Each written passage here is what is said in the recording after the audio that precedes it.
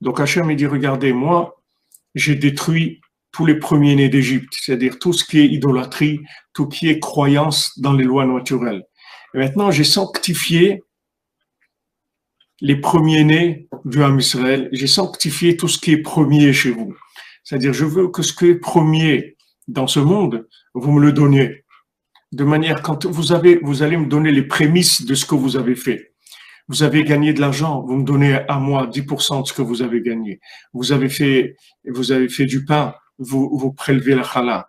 Vous avez un fruit, un arbre fruitier qui a donné des premiers fruits, vous me les donnez.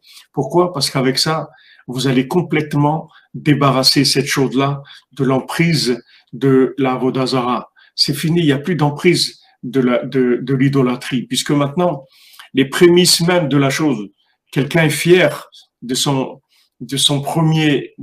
la première chose qu'il a réussi, il la prend, il la donne à Hachem. Donc ça annule complètement toute soi-disant cette olympiade, c'est-à-dire la vie de l'olympiade.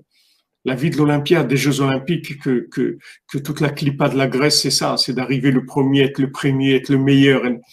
Tout ce qui est premier, on le donne à Hachem. Donc ça y est, on a terminé avec l'idolâtrie.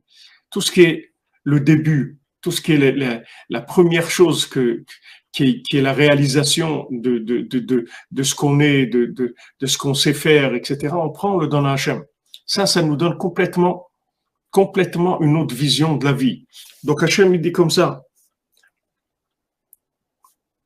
Maintenant, pourquoi on fait ça?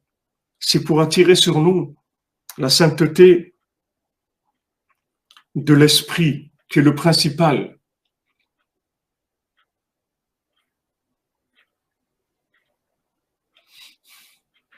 Hachem, c'est le premier et le dernier. Il n'y a que Hachem. Tout ce qui est en milieu, c'est géré par Hachem et tout.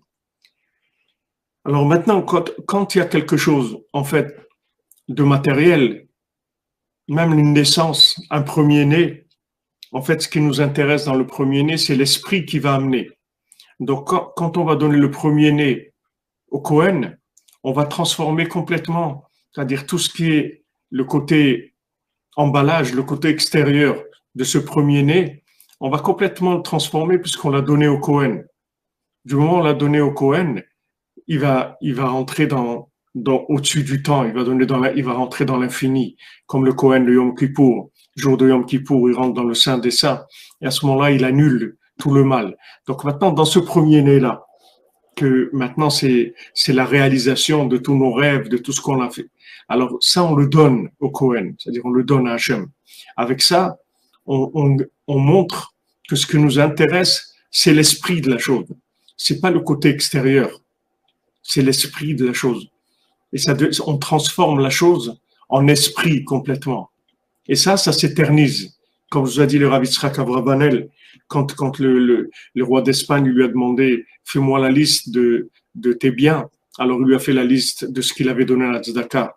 Et le roi d'Espagne lui a dit « Mais tu as des biens que tu m'as pas dit là ». Il a dit « Vous m'avez demandé ce qui m'appartient. Ce qui m'appartient, c'est ce que j'ai donné. Parce que ça, je l'ai inclus dans l'infini. Personne ne peut me le prendre. C'est pour l'éternité. C'est à moi pour l'éternité. C'est fini. Plus personne ne peut me le prendre. Ce que j'ai donné, c'est pour moi. C'est à moi pour l'éternité. Personne ne va me le prendre. Quand on a un prémisse, un premier fruit, on le donne à Hachem. Ça y est, on a pris l'esprit de la chose, on l'a éternisé, ça y est. C'est à nous pour l'éternité. Quand on a donné 10% de ce qu'on a gagné, on a éternisé notre argent.